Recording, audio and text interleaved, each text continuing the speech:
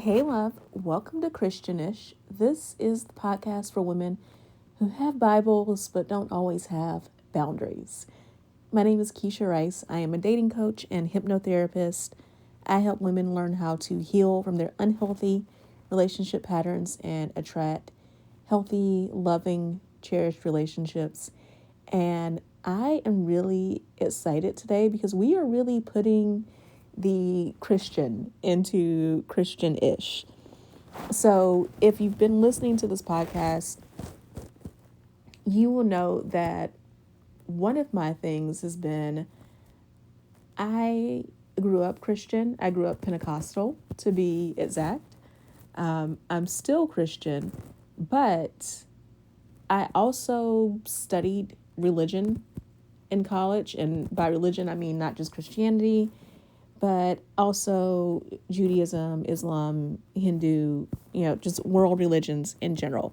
So for me, whenever I approach coaching and being a dating and relationship coach, for me, it's two things. One, I work with women of faith. So I work with women of all faiths and spiritualities.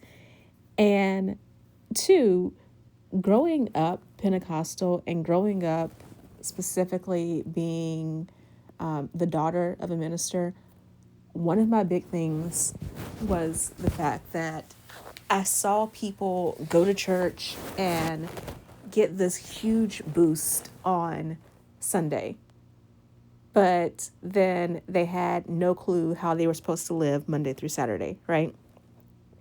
So for me, when I got older, I had family members try to push me into ministry, try to push me to become a preacher myself and everything.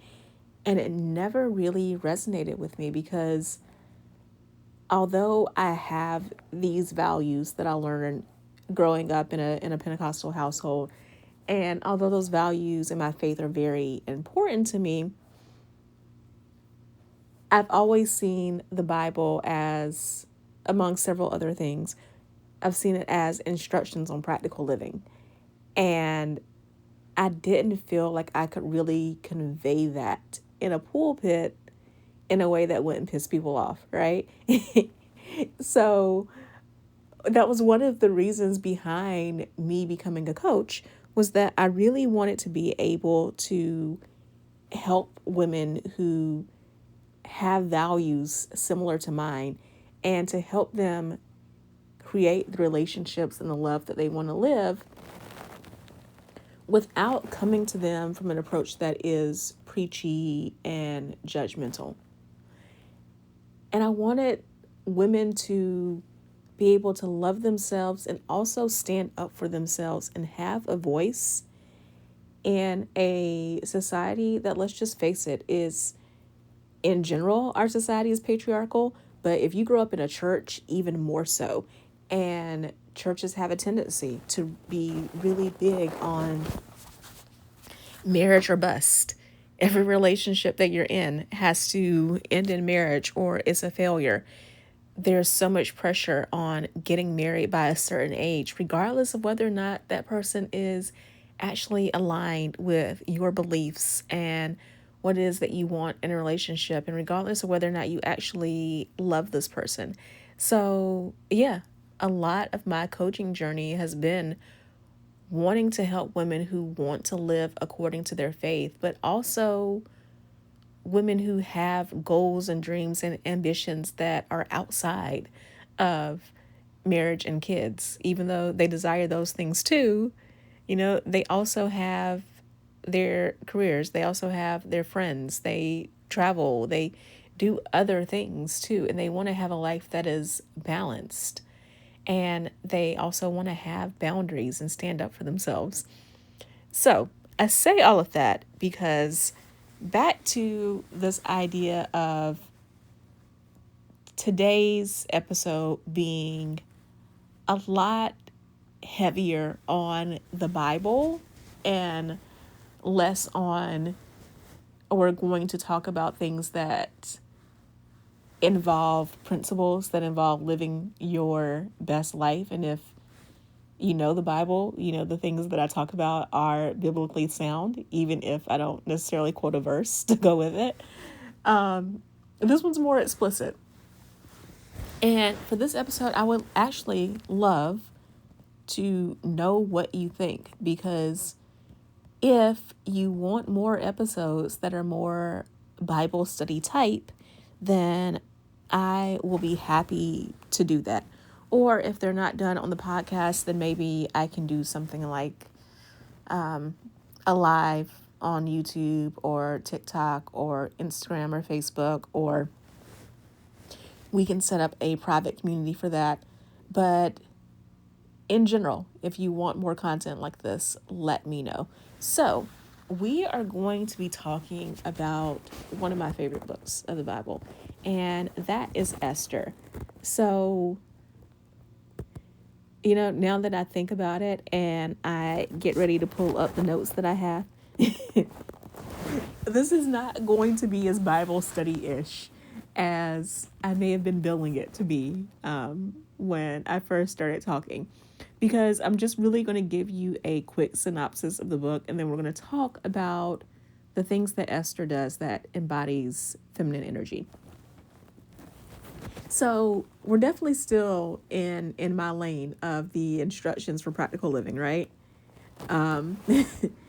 But we are going to talk about the book of Esther.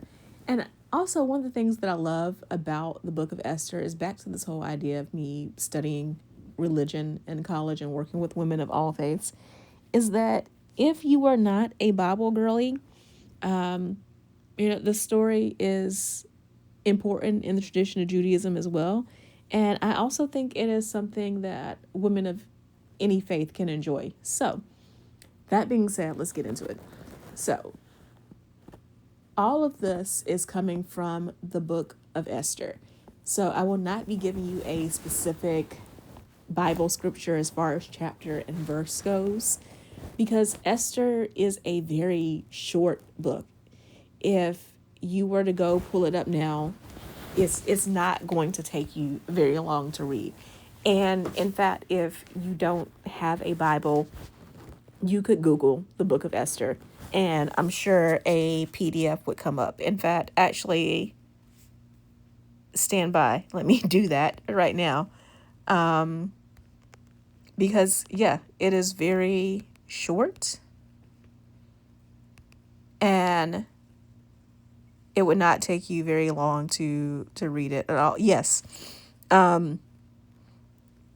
I just, as we're talking right now, I just looked up Book of Esther PDF, and I'm seeing PDF documents that are like 12, 15 pages. So, yes, you should read this entire book all completely. It won't take you very long, and then you'll have a more in-depth understanding of this book. But I will give you a quick summary, because then that will help us get into these principles. So Esther is a Jewish girl, and she is living in Persia, and she eventually becomes the queen of Persia. The way in which she becomes the queen is there's a king who's reigning. His name is Ahasuerus, and his wife, who at the time was the queen, her name is Vashti. She ends up being banished after she refuses the king's command to come show off her beauty, which, if you don't know, basically meant that he was holding a feast for a bunch of men, and he wanted her to show up unclothed and show off her body for all of these strange, creepy, weirdo men, right? So actually, this story, the book of Esther, has the story of two very strong-willed women, because Vashti herself also refused to compromise her values and do something that went against her morals in order to just make the king happy. So, that is another strong-willed woman who I think that we can admire and look up to. But at any rate, she is banished, and the king decides to find a new queen by holding a beauty contest. And Esther ends up being chosen. Now, the thing is, at this time, Jews were a minority in Persia. And because she was a Jewish girl, her cousin Mordecai, who lived in the palace, they agree that she's going to keep the fact that she's Jewish secret. And by the way, when we say Mordecai is her cousin, Mordecai was also her guardian. So he was most likely quite a bit older than Esther was, but he was the one who raised her and took care of her. So this is going on. Esther becomes queen, and the king has this sidekick. I mean, he's an advisor, but I think more terms of sidekick, because the guy's name is Haman, and Haman has this huge ego. So to me, I kind of like to knock him down a peg or two by being like, hey, he was just a sidekick. But he goes around and he starts demanding that everyone bows down and like worships him and honors him. And Mordecai is kind of like, hell nah, right? Like, he refuses to do that because, of course, Mordecai, being Jewish, worships God, and he's not going to bow to anyone else. So again, Haman, his ego gets in the way, and he goes to the king and he's like, yo, you need to make everyone respect you. You need to show that like you're the boss or whatever, when it's really Haman trying to show that he's boss.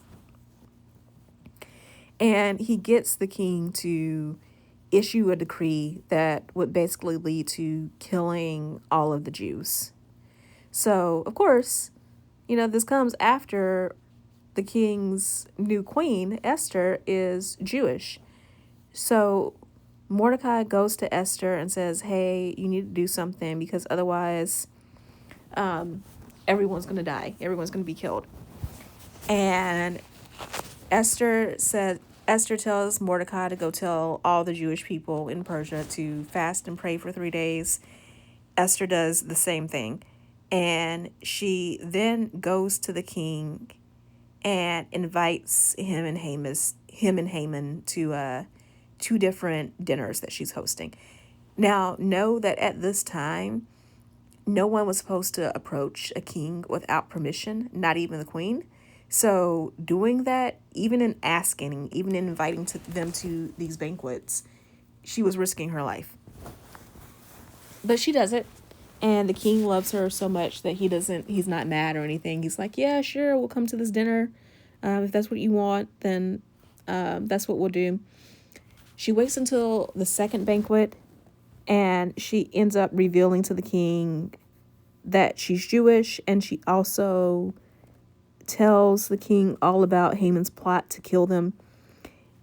The king gets really mad, and instead of the Jewish people being killed, Haman is the one who gets killed, and Mordecai gets promoted to a new position as an advisor to the king, and all the Jews get saved. And if you've ever heard of the holiday called Purim, this is the festival that celebrates the story of Esther. Okay, so now that you know the whole story, now let's get into, I apologize because I'm just realizing we're like 15 minutes in, and now I'm just getting into these feminine energy lessons. But I do think the setup was important. So let's talk about the ways in which the story of Esther embodies feminine energy, right? So first of all, Esther's wisdom. A major part of feminine energy is being able to use our intuition. It is also our ability to both be present in the moment and to not rush decisions or life in general. You know, a lot of times when we talk about how feminine energy presents itself in the way a woman looks, a lot of our feminine is in the slowness, right? It is in the walking slowly, talking slowly, eating slowly, taking the time to enjoy life. It is in the sway of our hips.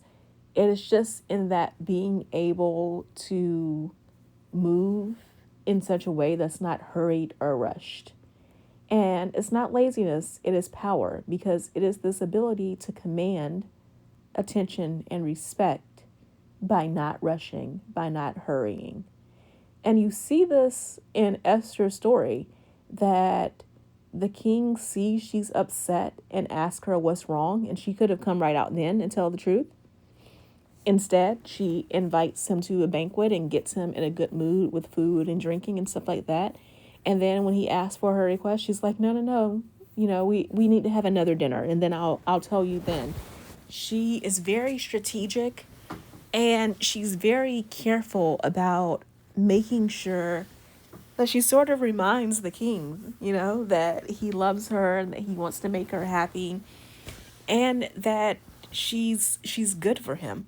So of course he's more motivated to save her people after she has put this strategy and this plan into place. So a major part of feminine energy and feminine wisdom is not rushing into action and allowing yourself to hone your intuition and to really listen to it before you make decisions. The second way in which Esther embodies feminine energy is her feminine leadership. So there have been so many studies done about how CEOs of Fortune 500 companies who are women do very well in improving the bottom lines of their businesses. There have been studies on female presidents of countries and how they usher in peace and prosperity into the countries that they rule over. And we live in a time right now where there's a lot of emphasis on masculine leadership and masculine hustle and push and grind and all of this assertiveness, right? We learn from Esther about what feminine leadership looks like. So she didn't have traditional power in the sense that, you know, at this time when Esther's story is happening, you don't have women in power as queens. You don't have women as leaders of countries. So she doesn't have the traditional type of power that her husband had. But she did have influence. And she used her influence to listen, to understand the needs of others, whether that was collaborating with Mordecai to save her people, or even, you know, her winning that beauty contest, understanding what made her pretty and attractive to the king. And also her ability to connect in the way that she interacted with the king. So there's so much to be said for feminine leadership and our ability to really, again, connect and nurture, our ability to listen, and our ability to work with others to create so much greater. Which brings me to the third way in which Esther shows feminine energy, and that is in her collaboration with Mordecai. One of the ways in which feminine leadership works is we have an easier time allowing ourselves to be interdependent than men often do. And we do that by creating networks and using that networking to build up our support and to build up collective strength that can accomplish bigger things than we could have by ourselves. The fourth way in which Esther shows feminine energy is through her vulnerability. Pretty much every client that I work with has some sort of issue with setting boundaries, right? Whether they don't set enough boundaries or they are too hard and too rigid. I don't think I've ever had a client who, when they first started working with me, I could say that they were really good at setting boundaries. And that's not a knock on any of my clients, because there was a time when I was also terrible at it. And most women are terrible at setting boundaries. But one of the things that I always say at the beginning of working with someone is we want to get to a point where you are constantly building fences, because you don't want to put up walls. Walls can't be seen through. Walls can't be broken through. And yes, walls keep bad stuff out, but they also don't let good stuff in. Whereas when you have a fence offers protection, but at the same time, you can see through the little slats, right? You can choose to let people in and out. You have that control. So you're allowing yourself to be in a position where you can see others and people can see you while you still have that control. So one of the feminine lessons that we learn from Esther is her vulnerability, her ability to be authentic, and the way that she approached the king asking to save her people. Yeah, she was bold and she was assertive and she was courageous, but she was also vulnerable and she was humble and she showed faith at the same time. And learning to balance that masculine and feminine energy, that assertiveness, that courage with vulnerability is a huge skill. But once you learn it, the world opens up so much for you. And then the final way, and I did not write these down numbered. Like I have bullet point notes, but I didn't write down numbers. I don't know if we're on 0.5 or 0.6, but either way, this is the last one. Esther showed feminine energy by her ability to trust in the divine. She trusted in her destiny. She trusted in knowing that her purpose was to save her people. And she trusted in God's purpose for her life.